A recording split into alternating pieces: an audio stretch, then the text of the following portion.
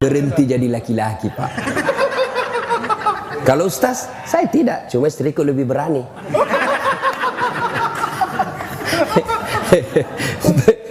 Saya ketemu sama orang Medan. Orang Medan kan keras juga suaranya, Pak. Kita orang Sulawesi juga keras suara. Sama, Pak, sama keras suaranya. Cuma bedanya orang Medan takut sama istrinya. Terus orang Sulawesi, istrinya lebih berani.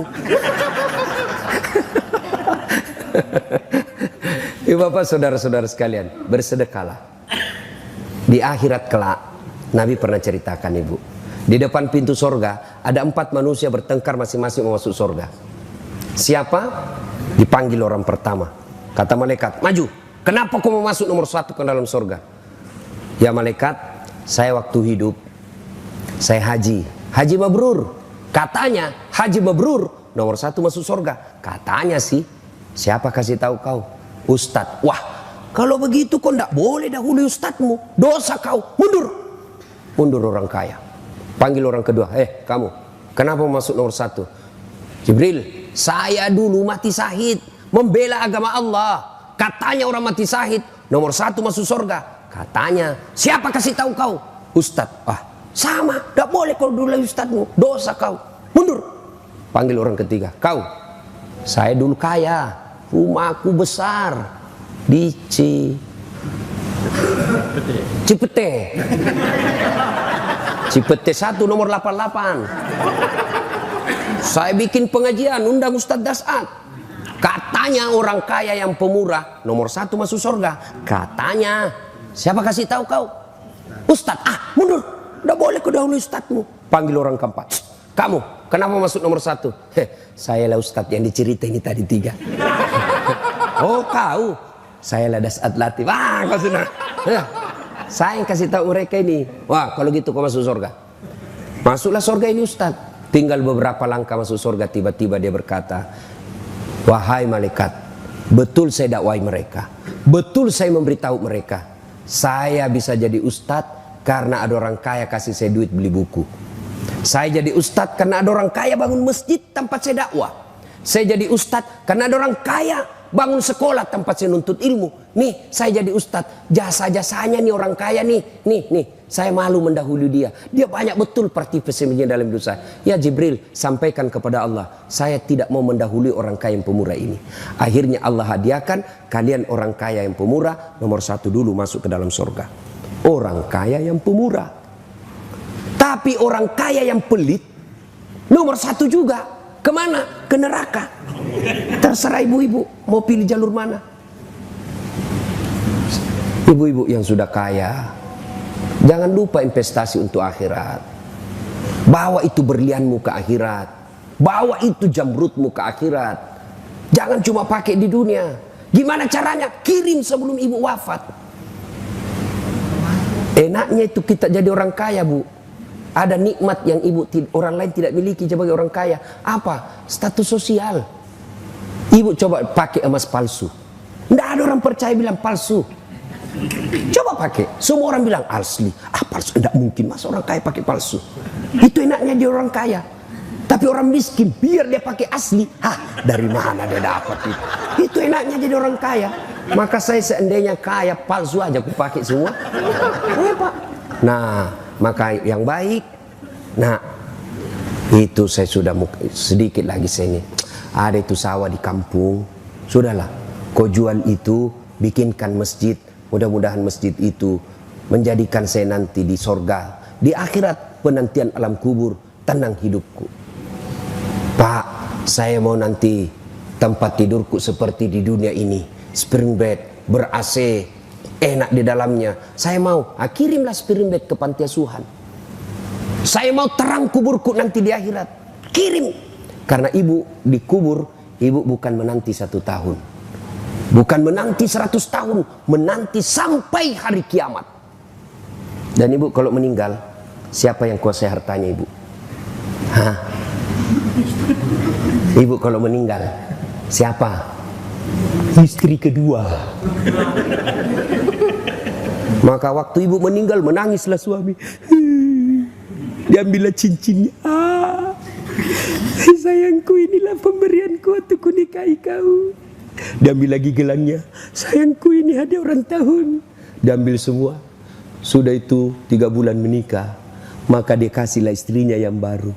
Sayang, ini cincin paling disenangi istriku yang dulu. Ibu sudah dikubur. Suami Andreyen dengan istri baru. Maka lebih baik ibu bersedekah. Sedekah ibu, sedekah. Ya, sedekah. Maka ibu akan menikmati dunia akhirat. Tidak betul juga kalau ada ustadz bilang, saya tidak setuju juga kalau ada ustadz bilang, tidak usah kau cari uang banyak-banyak, tidak bawa mati. Salah. Cari banyak-banyak, bawa mati. Gimana caranya? Kirim sebelum mati. Saya mau nanti kuburku lapang, bangun masjid yang besar, insya Allah. Ibu-ibu mau terhindar suami dari maksiat, sudah. Bagaimana? Tolak bala dengan apa? Sedekah. Sittatu tasidupul umur, kata Nabi. Ada 6 sifat membuat umurmu jadi panjang dan kau tertolak dari bencana. Satu diantaranya, kata Nabi, as-sadaqatu, bersedekahlah. Jadi kalau ibu-ibu sudah mulia, lihat gelagat-gelagat suami sudah lain-lain. Setiap terima handphone sembunyi di kamar mandi. Sudah patut dicurigai itu.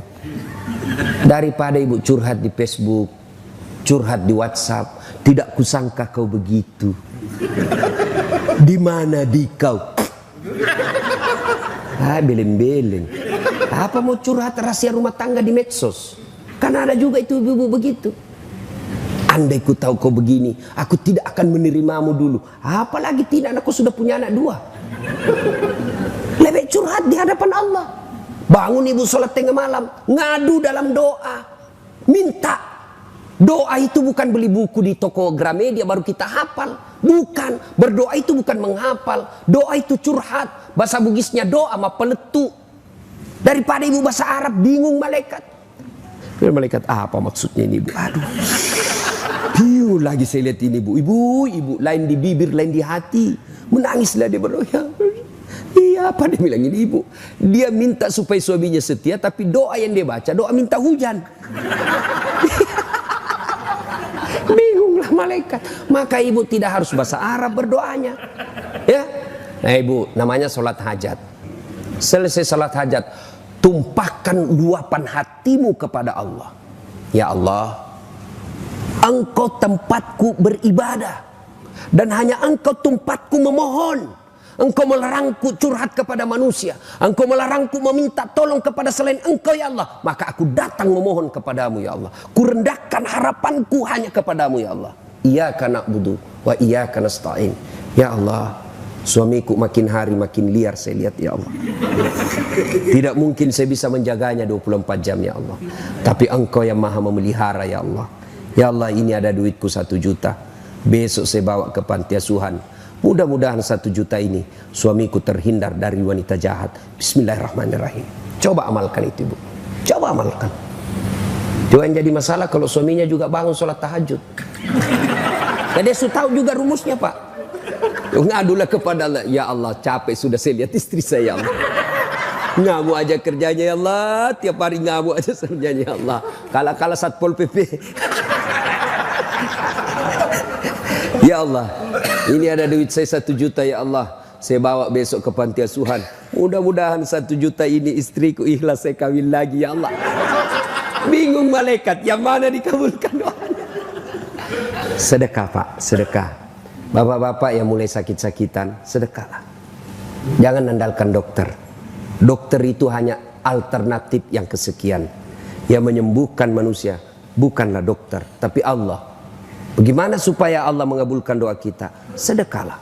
Datang ke panti asuhan, kumpulkan, bawa, makasih langsung antara tangannya bapak dengan tangannya itu anak. Tidak usah pakai sopir, tidak usah bawa pembantu, tidak usah orang lain. Tangannya bapak dengan tangannya itu anak. Itu yang disebut memuliakan anak yatim. Lalu minta, nak doakan saya, rumah tanggaku bahagia, bisnisku sukses. Begitu anak yatim ini mengatakan amin, itu doa. Tidak harus dia salat. Begitu, nak doakan saya ada masalah, nak doakan saya supaya selesai masalah saya tahun ini. Begitu anak ini tulus mengatakan amin, menggetarkan arasnya Allah. Sedekah.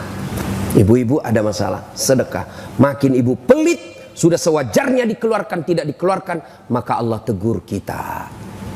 Dipaksa keluar duit kita, tiba-tiba apa? Ada masalah yang lama disembunyi, ternyata dapat kasusnya oleh polisi.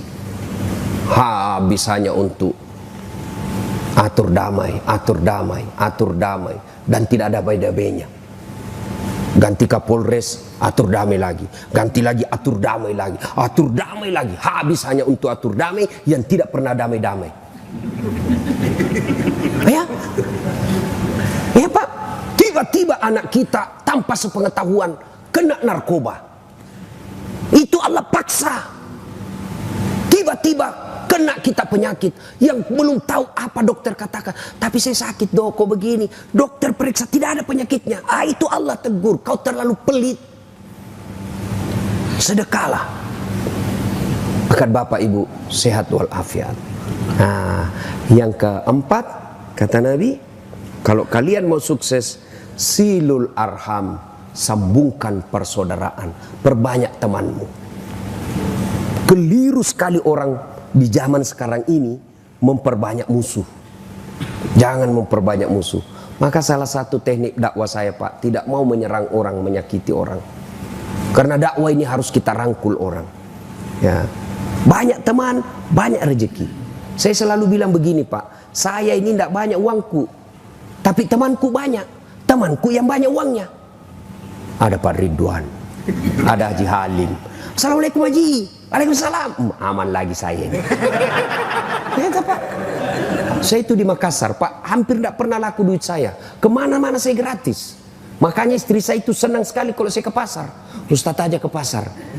Saya pergi pasar Poter ya. Assalamualaikum Ustaz. Dalam hatiku aman lagi keranjang.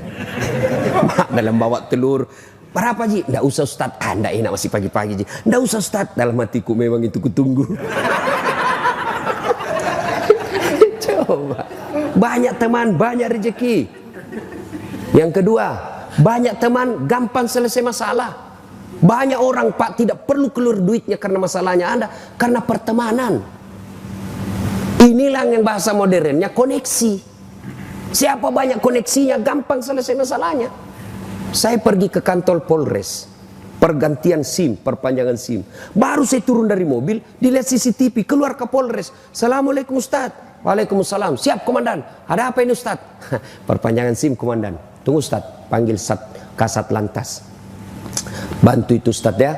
Jangan lagi kau minta uangnya Ustaz. Berdosa uang Ustaz kau makan. Selesai masalah Pak.